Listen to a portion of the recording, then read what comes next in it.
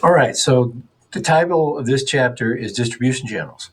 We're going to spend a little bit of time talking about distribution channels, but before I do that, I want to talk about the supply chain as a whole. Supply chain is nothing more than all of the steps, the chains, the links in the chain that go from the very raw materials. People mine something from the ground, or grow something, or raise something, or build something from those materials all the way to, like, say, you have a raw material that's then produced into something else that's a more refined material, but it's still a material. And then that goes into another place that builds something, and then it goes into those, and then all the way to where the final customer gets it in their hands, all right, or experience it somehow. Okay, so that is your complete supply chain. Your upstream is the people that actually make the thing, like uh, let's say it's food at a restaurant, right? Or food that you sell to the grocery store, like frozen goods or something like that. So the upstream is everything between the grower and the people that make it, put it in the package. And the downstream is anybody from takes that finished product and gets it to the customer. Any steps along the way. Now, in hospitality, we have different steps than maybe some other retail models, or some kind of other business models, right? We have some different steps. And we're going to talk about that.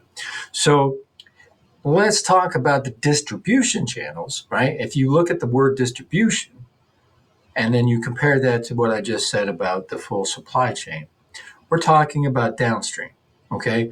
Getting our product to the people, all right, to our customers, all right? That is the downstream uh, chain, if you will, but also the distribution channels, the different channels, the different ways we get it to people. And there are many different ways, especially in the hotel industry. All right. So a distribution channel could be someone who takes your product, and in the hotel industry, that product is a room, and that product is a reservation for that room. Right. So nobody takes your room from the hotel, but they take that reservation. Okay, so you could have distribution channels that have that reservation, make it available to their customers, and then this, whatever you want to call it, the middleman, they call it in the book. That middleman takes the money, gives you the most of it, and then they take a piece though. But you pay for that, right? And you think, well, I don't want to pay. I just want to sell straight to people. I just want people to do straight, straight to me. So that would be a direct, direct distribution, right? I'm the hotel. We sell it right to the customer. Now, there's many forms of direct distribution when it comes to hotels and people walking in. That's direct distribution. There's no middleman there. People calling on the phone. There's no middleman there. They're making a reservation over the phone. You don't see this too much anymore. But actually, you do. I mean, sometimes, people would be calling on the highway. It's like, hey, I'm on my way, or whatever. But so walking in, um,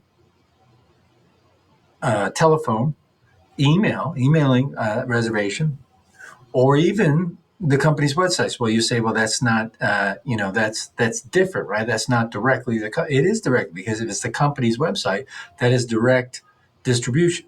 Okay, even though it's online. Now, a lot of the reservations that we make in the industry are not done through um, through our own website, through our own things. They're done through a third party website, right? Why? Because they have bigger reach, right? Now, there's a company called Booking, and then Booking.com, but it used to be Priceline. It has all of those.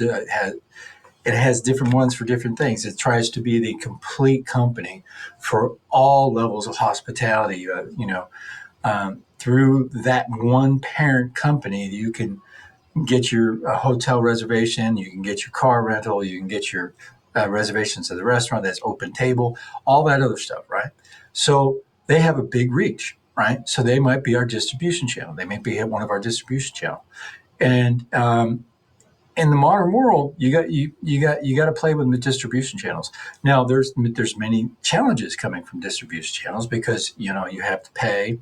You have to make sure that whatever software link you have with them is fully functional. So there is some kind of channel management within your property management system, meaning that if I have, bookme.com and then priceline.com over here, two different distribution channels, and somebody takes something from inventory, meaning a reservation. When somebody makes a reservation, they're taking a room from inventory, right? If we want to make sure that it's all balanced, right? They take a room from inventory over here and it shows up what's available for them. If you don't, you have conflict, and there's many different types of conflict. That's the most obvious one, especially when it comes to OTAs. Now, what I don't think I mentioned that. An OTA is what? An online travel agency. All right. So those are our distribution channels. Now, for a restaurant, we're primarily what? We're primarily direct distribution, right? People walk in and they sell. Now, however, since COVID, there is an intermediary intermediary level in some instances, right? DoorDash and all that, right? So again, the same problems with DoorDash. Well, slightly different. You have to make sure that you keep track of that, right? And keep up with it so there's no conflict. If a menu changes, it has to change on all your distribution channels, right?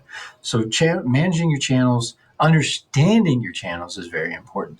If you just let a third party, come and buy food to like a DoorDash kind of situation, but you didn't even know it's that, you just think it's another customer, it can be detrimental to you because certainly with your distribution channels, and this is something that's not in the book, but this is something I found to be true. Your distribution channels, their reputation becomes your reputation becomes their reputation. More the former than the latter. If they're doing a good job, people just think you're doing a good job, and it's not that big of a deal. But if they do a bad job, they think you're doing a bad job. So our distribution channels are very important.